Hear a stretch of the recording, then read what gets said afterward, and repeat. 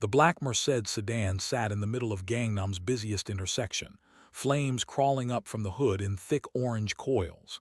Inside, Min-jae slumped against the driver's seat, blood trickling from a gash above his temple, his hand pressed weakly against the cracked window. The tattoo on his neck, a coiled serpent, was streaked with soot and red. Around him the crowd stood frozen, phones raised, whispers spreading. Nobody moved closer. "Run, get away, run for your life," people were shouting. Genevieve was halfway across the street when the explosion hit. The shockwave knocked her shopping bag from her grip, scattering art supplies across the asphalt. She looked up, saw the car, saw the man inside struggling with the seatbelt latch, saw the fuel pooling beneath the chassis, and made a choice most people wouldn't. She ran toward the fire. The crowd gasped. Someone shouted in Korean, a warning maybe or disbelief. "No, girl, run for your life," someone screamed in English. "Hangul koyerenus, komichiasainus," another voice yelled. "Are you crazy?" The heat hit her like a wall. Flames roared from the hood, the windshield spiderwebbed and sagging inward. She grabbed the driver's door. Searing pain exploded through her palm. She screamed, yanked her hand back, skin blistering instantly. "Run, run for your life," the crowd shouted again. The car popped, metal warping, fuel hissing. Genevieve tore off her jacket, wrapped it around her burned hand, and tried again. The door wouldn't budge. Inside, Min-jae rammed his shoulder against it, too weak. The seatbelt jammed tighter. Smoke swallowed his breath. His serpent tattoo disappeared beneath soot and blood. "Hey," she yelled, coughing. "Hey, stay with me." She kicked the door, once, twice. Nothing. The flames surged higher. The engine whined, a sound that meant seconds, not minutes. She reached through the shattered window, slicing her forearm on broken glass, and tried the seatbelt latch. It wouldn't release. She pulled harder. Her fingers slipped. Min-jae shook his head weakly, lips moving. "Leave me." The crowd surged back as the fire spread. "Girl, move. You're going to die. Run for your life." Genevieve planted her feet. She grabbed the seatbelt with both hands and wrenched. The strap snapped. Min-jae collapsed forward, dead weight crashing into her arms. The heat was unbearable now, her lungs burning, vision tunneling. She dragged him one step. He slipped. She fell with him, skin scraping pavement. The car groaned, a deep metallic scream. She hooked her arm under his shoulder and pulled again, screaming through clenched teeth. 2 steps. 3. The second explosion hit. A thunderous blast ripped the Mercedes apart, hurling flaming debris into the sky. The shockwave threw them across the asphalt. Heat rolled over them like a wave from hell. Genevieve hit the ground hard, breath knocked from her lungs. Silence, then ringing. She rolled onto her side. Min-jae lay beside her, alive, barely, chest heaving, eyes wide, fixed on her face as if trying to understand why he was still breathing. Behind them, the car was nothing but fire. The crowd stood frozen now, phones lowered, faces pale. Sirens screamed closer. But Min-jae didn't look at the flames, didn't look at the crowd. He only stared at the girl everyone told to run, the one person who didn't. Before we continue, I want to welcome you to Soul Syndicate Romance. First time here. You're already in. Stay close. This story's already in motion. Don't forget to give it a thumbs up, subscribe to the channel if you haven't already, and hit that notification bell so you never miss an update. Your support means a lot to this channel. 14 months earlier, Genevieve arrived in Seoul with a one-way ticket, a portfolio full of architectural sketches, and a fellowship offer from a private urban design think tank. The fellowship wasn't glamorous, stipend barely covered rent in Yongsan, but it was hers. She'd spent 2 years in Detroit working for firms that saw her as diversity quota fulfillment, her designs praised then quietly shelved. Seoul felt like a reset, a city rebuilding itself constantly, a place where her ideas might actually get built. The think tank operated out of a sleek glass building near the Han River. Her supervisor, a sharp-eyed woman named Dr. Choi, handed her the first assignment on day 3. Redesign the interior layout for a private club in Gangnam. High-profile client. Confidential. Big budget. Genevieve asked what kind of club. Dr. Choi smiled thinly. The kind that values discretion. The club was called Biko, White Tiger. Genevieve arrived for the site visit on a Tuesday morning, portfolio under her arm, wearing the one blazer she'd packed that didn't wrinkle on the flight over. The exterior was understated, black stone, no signage, a single red door. Inside, it opened into something else entirely. Dark wood, low lighting, private rooms branching off a central lounge, everything designed to hide faces and muffle voices. The manager who greeted her spoke limited English. Genevieve's Korean was worse. They communicated through gestures and a translation app until a door at the back of the lounge opened, and Min-jae walked in. He wore a black suit, no tie, sleeves rolled to his forearms. The tattoo on his neck was partially visible, a serpent's tail curling just above his collar. He moved through the space like he owned it, which Genevieve would learn later he did. Owned the club, owned the block, owned most of the decisions that mattered in this part of the city. He stopped in front of her, looked at her portfolio, then at her face. "You're the architect," he said in English, barely accented. "Designer," Genevieve corrected. "I don't have my license yet." "Does it matter?" "It matters to me." Min-jae's mouth twitched, not quite a smile. He gestured toward the lounge. "Show me what you'd change." Genevieve walked the space slowly, taking measurements with her eyes, nodding sight lines, exits, the way sound carried. Min-jae followed 3 steps behind, silent, watching her more than the room. She stopped in front of a support column that interrupted the flow of the lounge. "This is the problem," she said. "It breaks the space into 2 halves. People on one side can't see the other, makes it feel divided, tense." "That's intentional." "Then you hired the wrong person." Min-jae tilted his head. "Why do you think it's intentional?" "Because you don't want your guests comfortable. You want them aware. Aware they're being watched.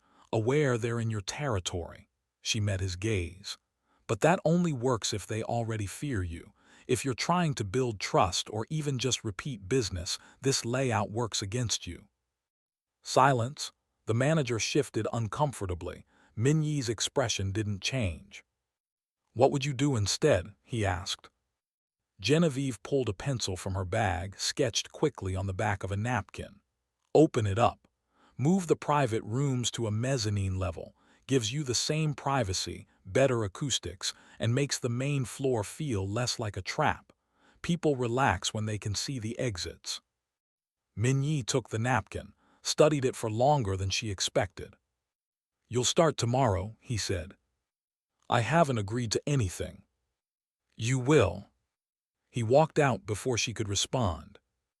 The first 2 weeks were straightforward. Genevieve worked on-site 3 days a week, sketching layouts, coordinating with contractors, fielding questions from Min-jae's staff. Min-jae himself appeared sporadically, always without warning, always watching her work in silence before offering a single comment that would derail her entire plan.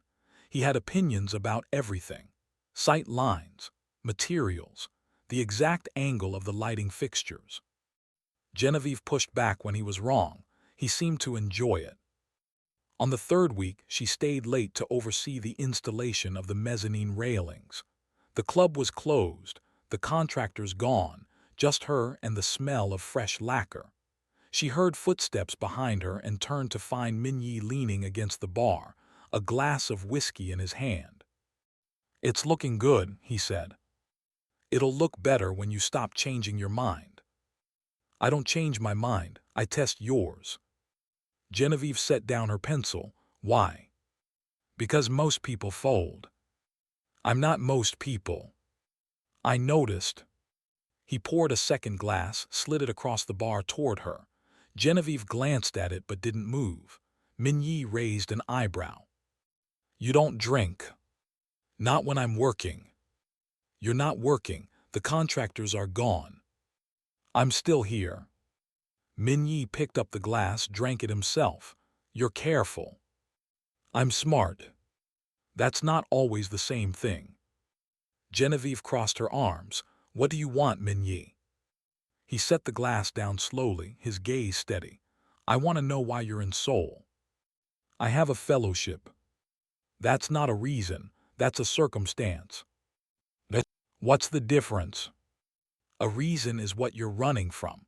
A circumstance is what you're running toward. Genevieve felt the air shift. This wasn't small talk. This was something else, an interview maybe, or a test she hadn't realized she was taking. I'm not running from anything, she said. Everyone in this city is running from something. Even you. Min-jae smiled for the first time since she'd met him. It didn't reach his eyes. Especially me. He left the second glass on the bar, empty, and walked out. Genevieve didn't see him again for a week. The project moved forward. The mezzanine went up. The acoustics tested perfectly. Dr. Choi called to say the client was pleased, which, coming from her, was the equivalent of a standing ovation. Then, on a Friday night, Genevieve's phone buzzed with a message from an unknown number. Come to Biko now. No context, no explanation. She almost didn't go, but curiosity, or maybe something closer to concern, got the better of her. She arrived just after midnight. The red door was locked. She knocked. A man she didn't recognize opened it, looked her up and down, then stepped aside. Inside, the club was full. Not crowded, but occupied. Men in expensive suits, women in cocktail dresses, conversations held in low tones over crystal glasses. Genevieve felt underdressed in her jeans and bomber jacket. A server approached, whispered something in Korean, and gestured toward the stairs. The mezzanine. Genevieve climbed slowly, her pulse ticking faster with each step. At the top, a private room. The door was open. Min-jae sat alone at a low table, paperwork spread in front of him, a pen in his hand. He looked up. You came. You didn't give me much choice. There's always a choice. Genevieve stepped inside. The door closed behind her, not locked, but the sound was final. She stayed near the exit. Why am I here? She asked. Min-jae set down his pen. I need your opinion. On what? He slid a folder across the table. Genevieve opened it. Inside, blueprints for a building she didn't recognize, not Biko, somewhere else. Larger, more complex. What is this? She asked. A project. For what? Does it matter? Genevieve closed the folder. If you want my opinion, yes, it matters. Min-jae leaned back, studying her. It's a warehouse conversion, import-export logistics. I need to know if the layout works. Why not ask your own people? Because they'll tell me what I want to hear. And you think I won't. I know you won't. Genevieve looked down at the folder. Every instinct told her to walk out. This wasn't architecture. This was something else. But the blueprints were intriguing, complicated, ambitious, the kind of challenge she'd been craving since she landed in Seoul. I'll look at it, she said, but I'm not signing anything. Fair. She took the folder, turned to leave. Min-jae's voice stopped her at the door. Genevieve. She looked back. You asked me what I want, he said. I want someone who doesn't lie to me, even when it's easier. Why me? Because you don't know how yet. The warehouse project consumed the next month. Genevieve worked on it in the margins, late nights, early mornings, hours stolen between her fellowship obligations and site visits to Biko. The blueprints revealed a structure that was half legal, half hidden. Offices on the upper floors, storage below, a basement level that didn't appear on any official plans. She didn't ask what was being stored. Min-jae didn't offer. But the design problems were real. Ventilation, load-bearing stress, emergency exits that led nowhere useful. Genevieve solved them one by one, annotating the blueprints with notes and sketches, her handwriting filling the margins.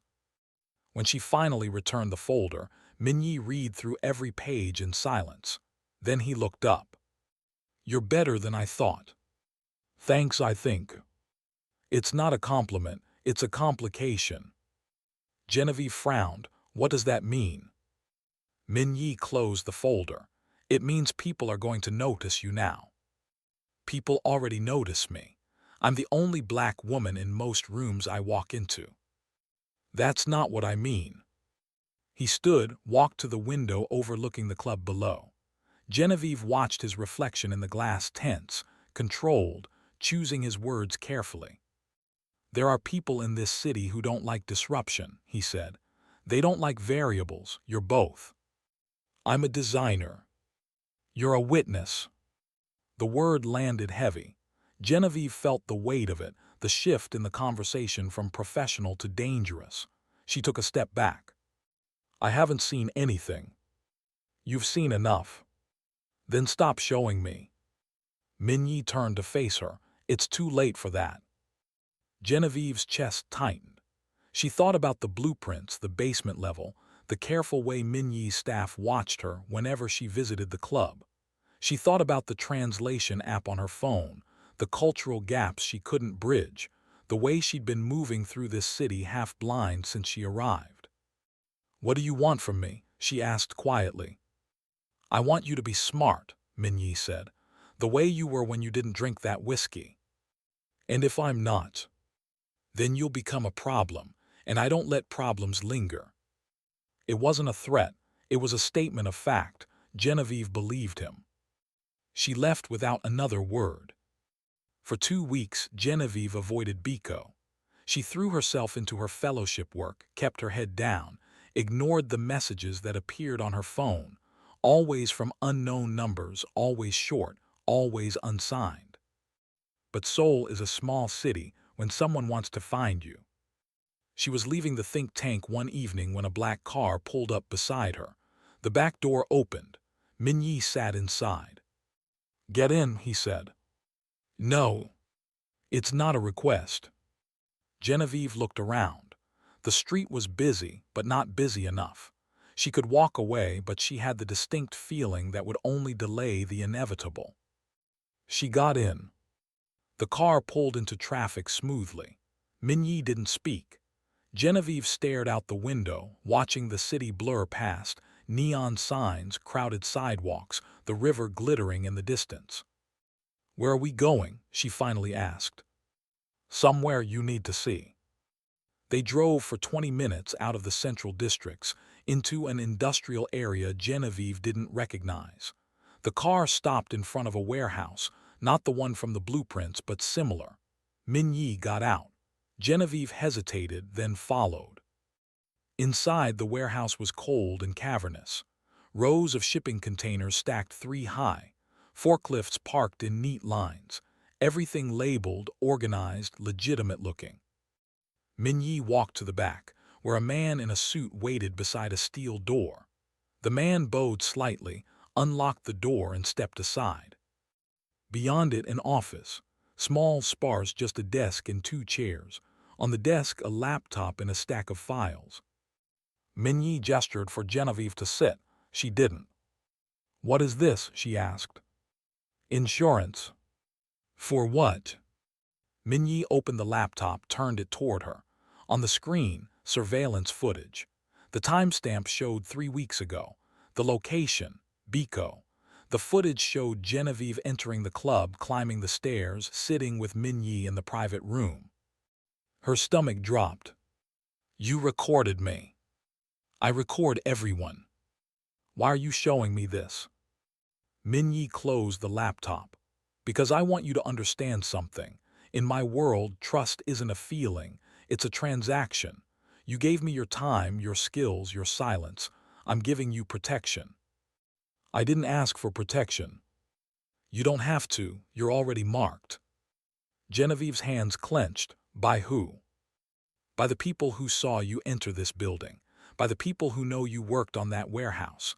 By the people who watched you walk into Biko 20 times in 2 months. Min-jae's voice was calm, almost gentle.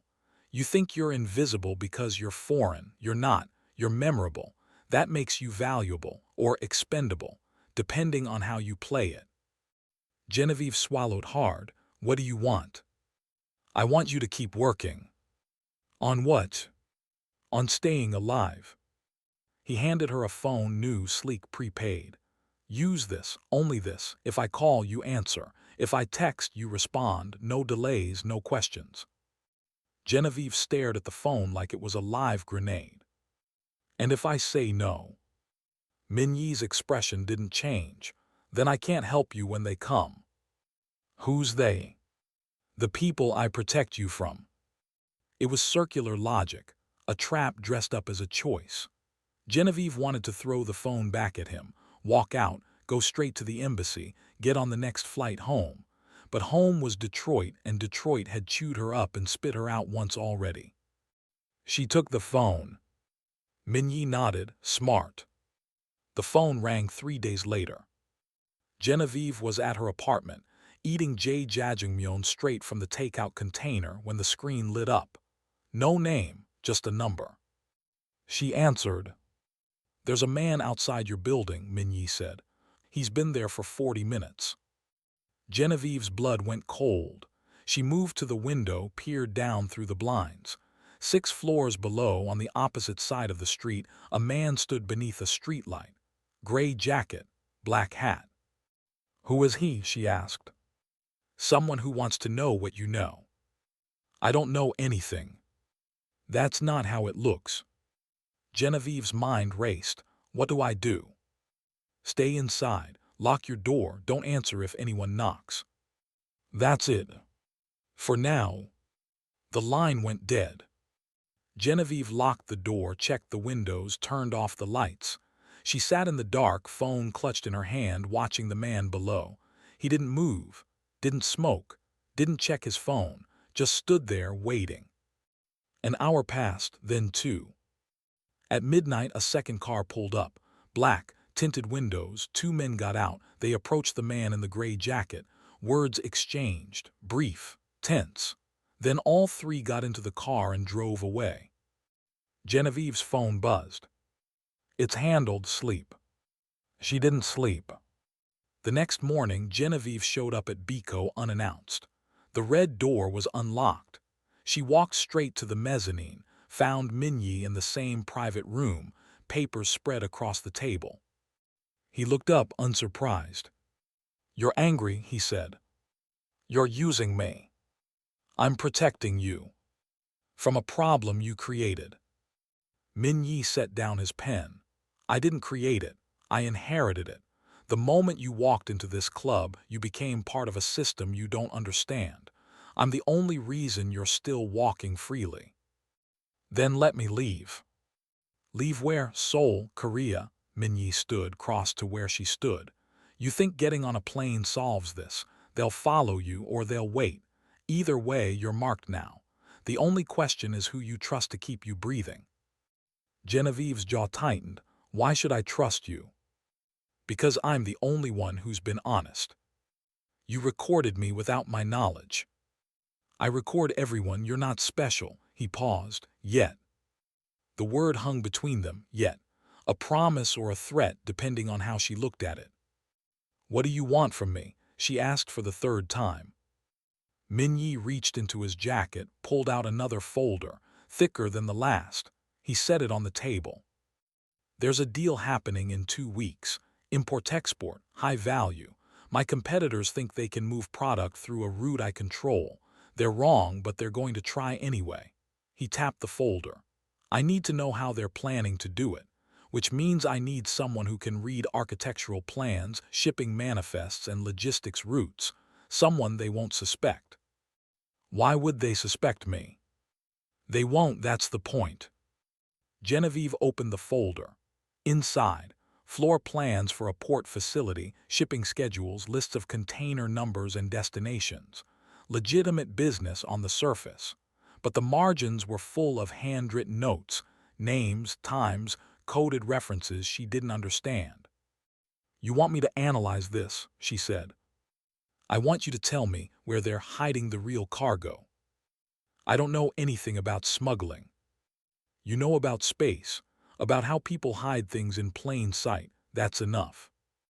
Genevieve closed the folder, pushed it back across the table. No. Min-jae didn't react. Why not? Because this isn't architecture, this is crime. Everything in this city is crime. The only difference is who's in charge. That's not a justification. It's a fact. Min-jae leaned forward, his voice dropping. You think the fellowship you have is clean. You think the think tank that hired you doesn't take money from people like me. You're already complicit, Genevieve. You just don't want to see it.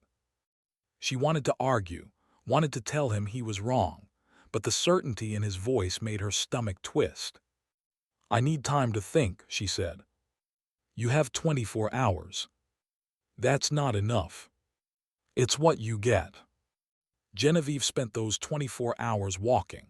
She walked along the Han River, through Insadong, past the palaces, into neighborhoods she didn't know the names of.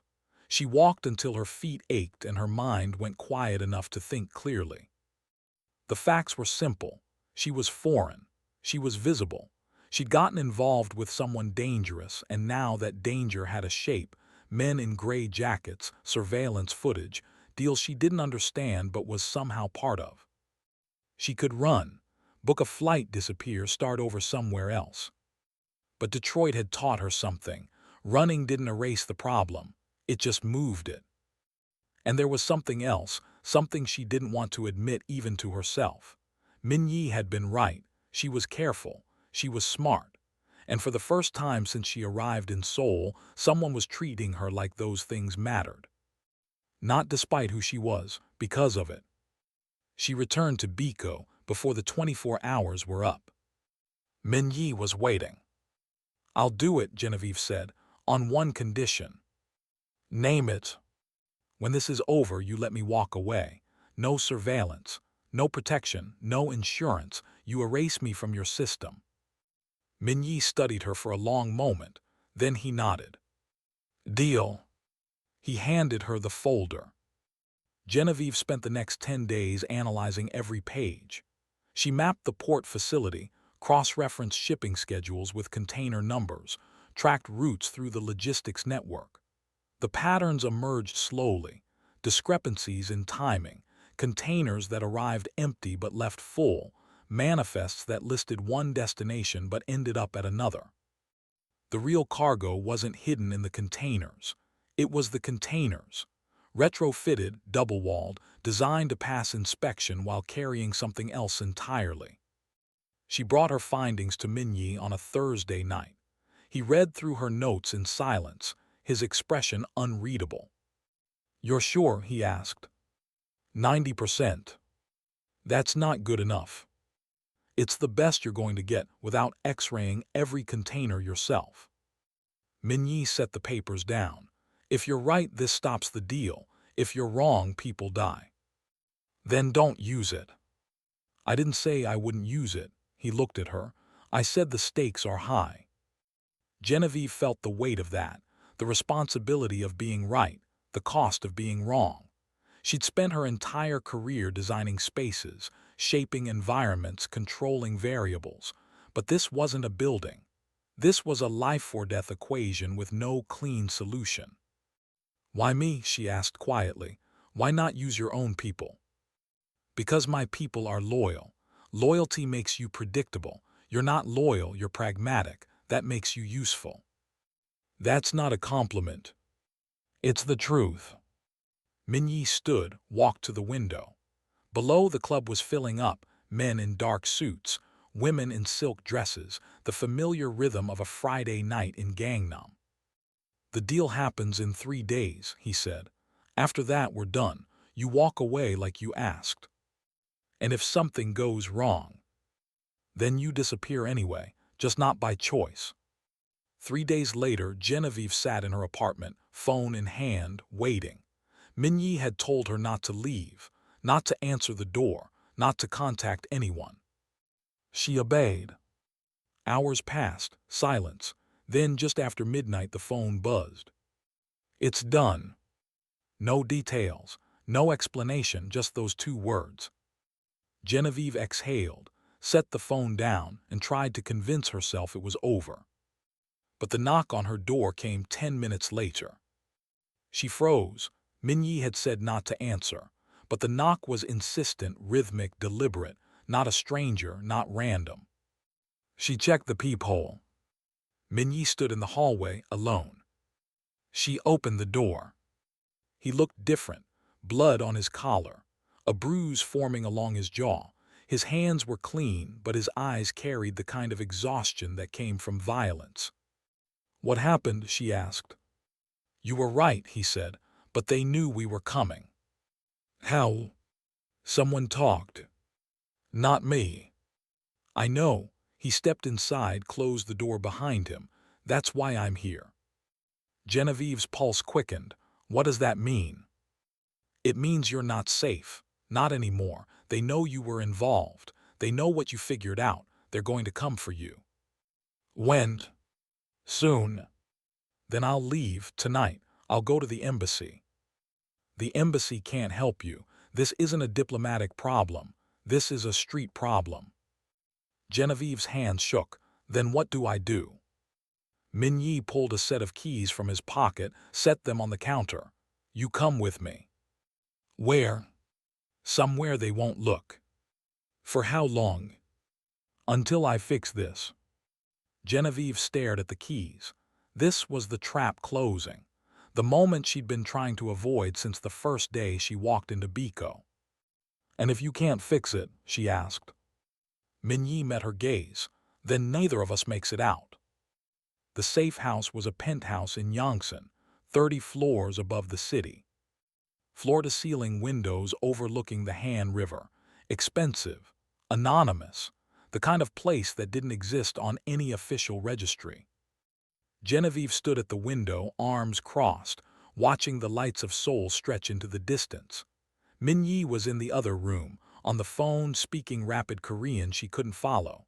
She caught fragments, names, locations, terse commands. When he finally emerged, he looked more tired than she'd ever seen him. "How long?" she asked. "A week, maybe less." "And then?" "Then you go back to your life." "What life? I've been here 4 months. I don't have a life to go back to." Min-jae poured himself a drink, didn't offer her one. "You could leave Seoul, transfer your fellowship somewhere else, start over." "That's what I did when I came here." "Then do it again." Genevieve turned to face him. "Why didn't you just let me walk away, back when I tried? You could have erased the footage, told me to disappear. Why pull me deeper?" Min-jae set down his glass. "Because you were good at it, and because I wanted to see if you'd break." "That's it." "That's it." "Did I?" "Not yet." The silence stretched between them. Genevieve wanted to be angry, but exhaustion dulled the edges. She'd been operating on adrenaline for days, analyzing plans, avoiding danger, making choices that felt increasingly impossible. And now she was here, trapped in a penthouse with a man who'd orchestrated the entire thing. "Why did you become this?" she asked quietly. Min-jae looked at her. "This. Whatever you are, crime boss, fixer, manipulator. Those are your words. What are yours?" He was silent for a long moment. Then, survivor. "That's all. That's everything." Genevieve sat down on the sofa, suddenly too tired to stand. "I thought architecture would be simple. Design something, build it, move on. But nothing's simple here." "Nothing's simple anywhere. You just see it more clearly here." "Is that supposed to be comforting?" "No, it's supposed to be true." Min-jae sat across from her, elbows on his knees, hands clasped. The tattoo on his neck caught the light, the serpent's head, coiled and watchful. "My father ran a shipping business," he said suddenly. "Legitimate at first, but Seoul's expensive, competition's brutal, so he started taking money from people who didn't care where their cargo came from, small stuff, then bigger, then he couldn't stop." Min-jae's jaw tightened. He thought he was being smart, thought he could play both sides, but you can't. Eventually, someone makes you choose, and when they made him choose, he picked wrong. What happened? They killed him, left him in the same warehouse you analyzed, sent a message, sent a bill. Min-jae looked at her. I inherited the debt, the business, the enemies. I was 23. Genevieve's chest tightened. I'm sorry. Don't be, I'm not. How can you say that? Because being sorry doesn't change anything. It just makes you weak. He stood, walked back to the window. I learned the rules fast. I learned how to survive. And I learned that trust is the most expensive currency in this city, so I don't spend it unless I have to. Then why trust me? Min-jae turned. I don't, but I respect you. That's not the same thing. It's better. They stayed in the penthouse for 6 days. Min-jae left periodically, meetings, calls, arrangements Genevieve wasn't privy to. She spent the time sketching, trying to distract herself from the reality of the situation. She drew the view from the window, the curve of the river, the sprawl of the city below, architecture without purpose, design without a client. On the 5th night, Min-jae came back with blood on his knuckles. Genevieve looked up from her sketchbook. Are you hurt? No. Is it over? Almost. He washed his hands in the kitchen sink, methodical, thorough. Genevieve watched the water run red, then clear. Did you kill someone? She asked. Does it matter? It matters to me. Min-jae dried his hands, turned to face her. Yes. Genevieve set down her pencil. Why? Because they were planning something. Something that would have ended with you in pieces. The bluntness of it hit her like a slap. No euphemisms, no softening, just the raw truth. I didn't ask you to do that, she said quietly. You didn't have to. I don't want to owe you. You don't, you never did. Min-jae crossed the room, sat beside her on the sofa. The reason I'm doing this has nothing to do with debt. Then what? He was quiet for a moment, choosing his words carefully. In 2 months, maybe 3, there's going to be a hit on me. My competitors, the ones whose deal you helped me stop, they're not going to let it go. They're going to plant a device in my car. It's going to go off in the middle of Gangnam during rush hour. Genevieve's breath caught. How do you know? Because I've been in this game long enough to see the patterns. They're already moving pieces into position, buying off my driver, mapping my routes. I know how this ends. Then stop it, change your route, fire your driver, don't get in the car. If I do that, they'll just try again. Different method, different timing, they won't stop until I'm dead or they are. So what are you going to do? Min-jae looked at her. I'm going to let it happen. Genevieve stared at him. You're going to let them blow up your car. I'm going to let them think they succeeded. I'm going to make sure the device malfunctions. Enough damage to look real, not enough to kill me. And I'm going to wait in that burning car until someone helps me. Why would anyone help you? You just said they'll be in the middle of Gangnam. Everyone knows who you are. Exactly. Everyone knows who I am, which means no one will help. Min-jae's gaze was steady, unflinching. Except you. The room tilted. Genevieve felt her heart hammering against her ribs. You're saying I'm going to be there. You're going to be in Gangnam that day. You're going to see the explosion, and you're going to run toward it. How do you know? Because that's who you are. Genevieve stood abruptly, packing to the window. Her reflection stared back at her, exhausted, confused, angry. You're insane. You're planning your own near-death experience and banking on me saving you. Yes. What if I don't? What if I'm not there? What if I freeze? You won't.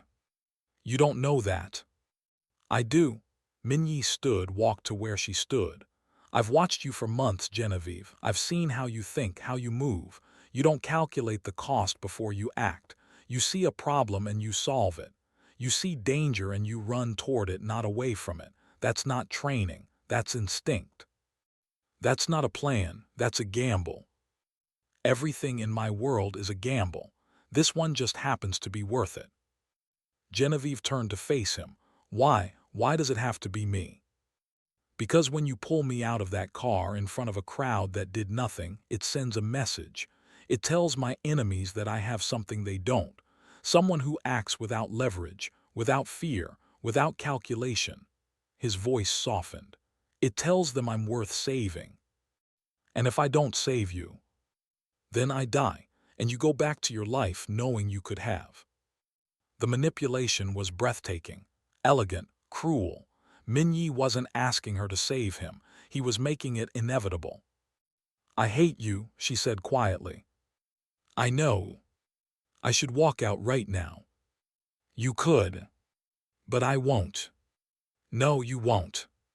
Because he was right. Genevieve knew herself well enough to admit it. If she saw someone trapped in a burning car, she'd run toward it. Every time, without thinking, without hesitation. It was who she was. And Min-jae had built his survival around that single fact. When, she asked. 2 months. You'll be in Gangnam shopping for art supplies. The explosion will happen at the intersection of Gangnam-daro and Tehran-ro, 3:15 in the afternoon. And you'll be in the car. Yes. Waiting for me. Yes. Genevieve closed her eyes. This is insane. This is survival. The days crawled by after that. Min-jae's plan unfolded with mechanical precision. He fed her information in pieces, where she'd be, what she'd see, how much time she'd have.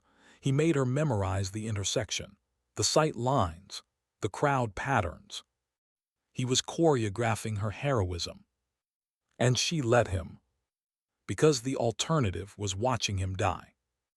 On the morning of the 6th day, Min-jae told her it was safe to leave. His enemies thought she'd disappeared. The surveillance had stopped. She could go back to her apartment, her fellowship, her designs. What about you? She asked. I keep moving the pieces. Toward the car. Yes. Genevieve picked up her bag, walked to the door. She stopped, looked back. Why did you tell me? She asked. About the explosion, about your plan. You could have just let it happen. Let me save you without knowing I was part of your strategy. Min-jae was quiet for a long moment. Then, because I wanted you to have a choice. That's not a choice. That's a trap with an exit sign.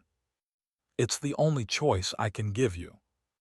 Genevieve opened the door. I'll see you in 2 months. You will. She left. The weeks that followed were strange. Genevieve returned to her fellowship, resumed her normal routine, attended meetings and site visits and design reviews. But everything felt distant, like she was moving through a simulation of her own life. She thought about leaving Seoul, booking a flight, disappearing before the explosion could happen. But she didn't. She told herself it was because running wouldn't solve anything, that Min-jae's enemies would find her eventually, that the only way out was through. But the truth was simpler. She wanted to save him. Not because she owed him, not because she was trapped, but because some part of her, the part that had run into burning buildings as a child during fire drills just to prove she could, the part that had stood up to partners in Detroit who told her to sit down and smile, that part of her wanted to prove Min-jae right. She was the kind of person who ran toward the fire. And she wasn't going to apologize for it. The day arrived exactly as Min-jae had said it would. Genevieve was in Gangnam, walking out of an art supply store, a bag of brushes and canvas in her hand. The afternoon sun was bright. The streets were crowded. Everything felt ordinary. Until the explosion. The black Merced sat in the middle of the intersection, flames crawling up from the hood in thick orange coils. Inside, Min-jae slumped against the driver's seat, blood trickling from a gash above his temple, his hand pressed weakly against the cracked window. The tattoo on his neck, the coiled serpent, was streaked with soot and red. Around him the crowd stood frozen, phones raised, whispers spreading. Nobody moved closer. Run, get away, run for your life, people were shouting. Genevieve dropped her bag. The brushes scattered across the asphalt. She ran toward the fire. The crowd gasped. Someone shouted in Korean, a warning maybe or disbelief. "No, girl, run for your life," someone screamed in English. "Hangul koyainus, komichiasainus," another voice yelled. "Are you crazy?" The heat hit her like a wall. Flames roared from the hood, the windshield spiderwebbed and sagging inward. She grabbed the driver's door. Searing pain exploded through her palm. She screamed, yanked her hand back, skin blistering instantly. "Run, run for your life," the crowd shouted again. The car popped, metal warping, fuel hissing. Genevieve tore off her jacket, wrapped it around her burned hand, and tried again. The door wouldn't budge. Inside, Min-jae rammed his shoulder against it, too weak. The seatbelt jammed tighter.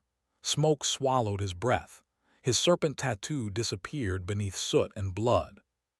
"Hey," she yelled, coughing. "Hey, stay with me." She kicked the door, once, twice. Nothing. The flames surged higher. The engine whined, a sound that meant seconds, not minutes. She reached through the shattered window, slicing her forearm on broken glass, and tried the seatbelt latch. It wouldn't release. She pulled harder. Her fingers slipped. Min-jae shook his head weakly, lips moving. "Leave me." The crowd surged back as the fire spread. "Girl, move. You're going to die. Run for your life." Genevieve planted her feet. She grabbed the seatbelt with both hands and wrenched. The strap snapped.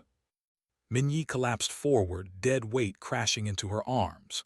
The heat was unbearable now, her lungs burning, vision tunneling. She dragged him one step. He slipped. She fell with him, skin scraping pavement. The car groaned, a deep metallic scream. She hooked her arm under his shoulder and pulled again, screaming through clenched teeth. 2 steps. 3. The second explosion hit. A thunderous blast ripped the Mercedes apart, hurling flaming debris into the sky. The shockwave threw them across the asphalt. Heat rolled over them like a wave from hell. Genevieve hit the ground hard, breath knocked from her lungs. Silence, then ringing. She rolled onto her side. Min-jae lay beside her, alive, barely, chest heaving, eyes wide, fixed on her face as if trying to understand why he was still breathing. Behind them, the car was nothing but fire. The crowd stood frozen now, phones lowered, faces pale. Sirens screamed closer. But Min-jae didn't look at the flames, didn't look at the crowd. He only stared at the girl everyone told to run, the one person who didn't. In the hospital, after the paramedics had treated her burns and checked her for smoke inhalation, Genevieve sat in a plastic chair in the emergency room hallway. Her hand was wrapped in gauze, her forearm stitched, everything hurt. Min-jae found her there an hour later. He'd been treated and released, minor injuries, they said, though the bruises on his face told a different story. He sat beside her without asking. For a long time, neither of them spoke. "You knew," Genevieve said finally. "Yes. You let it happen." "I had to." "Why?" Min-jae leaned back, wincing from cracked ribs. "Because if I stopped it, they'd try again, and again, until they got it right. But if I survived it, if you saved me in front of a crowd, they'd know I have something they can't account for." "What, me?" "Someone who doesn't calculate the cost before acting. Someone who runs toward danger instead of away from it." He looked at her. "That's not something they can buy, or threaten, or predict. That terrifies them, because it means I'm not alone, and I'm not predictable." Genevieve's throat was tight. "You risked both our lives to prove a point." "I risked my life. You chose to risk yours." "That's not fair." "No, but it's true." She wanted to be angry, wanted to scream at him for the manipulation, the orchestration, the months of moving her like a piece on a board. But she couldn't, because he was right. She'd chosen to run toward that fire. Nobody had forced her. "What happens now?" she asked. Now you go back to your life, your fellowship, your designs. And you. I rebuild. The message has been sent. My enemies know they can't touch me without consequences. Because of me. Because of what you represent. Genevieve turned to face him, and what's that? Min-jae met her gaze, proof that not everyone in this city operates on fear. Genevieve left the hospital alone. She walked through Gangnam, past the intersection where the car had burned, past Biko, past the think tank. The city looked the same, but she felt different. She'd come to Seoul to build something, and she had, just not what she'd expected. When she got back to her apartment, she found a package waiting at her door. No return address. Inside, a new phone. The same model Min-jae had given her months ago, but this one had a single contact saved. Just a name, Min-jae. And a message, thank you. Genevieve sat on her bed, staring at the phone. She thought about everything that had happened. The club, the warehouse, the explosion, the choice that wasn't really a choice. She thought about Detroit, about running from spaces that didn't value her, about Seoul, about running toward fires. She typed a reply. I'm staying. The response came 30 seconds later. I know.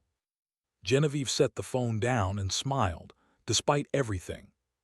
She'd learned something these past months, something no architecture school had ever taught her, something that couldn't be found in blueprints or design theory. Trust isn't built in safety.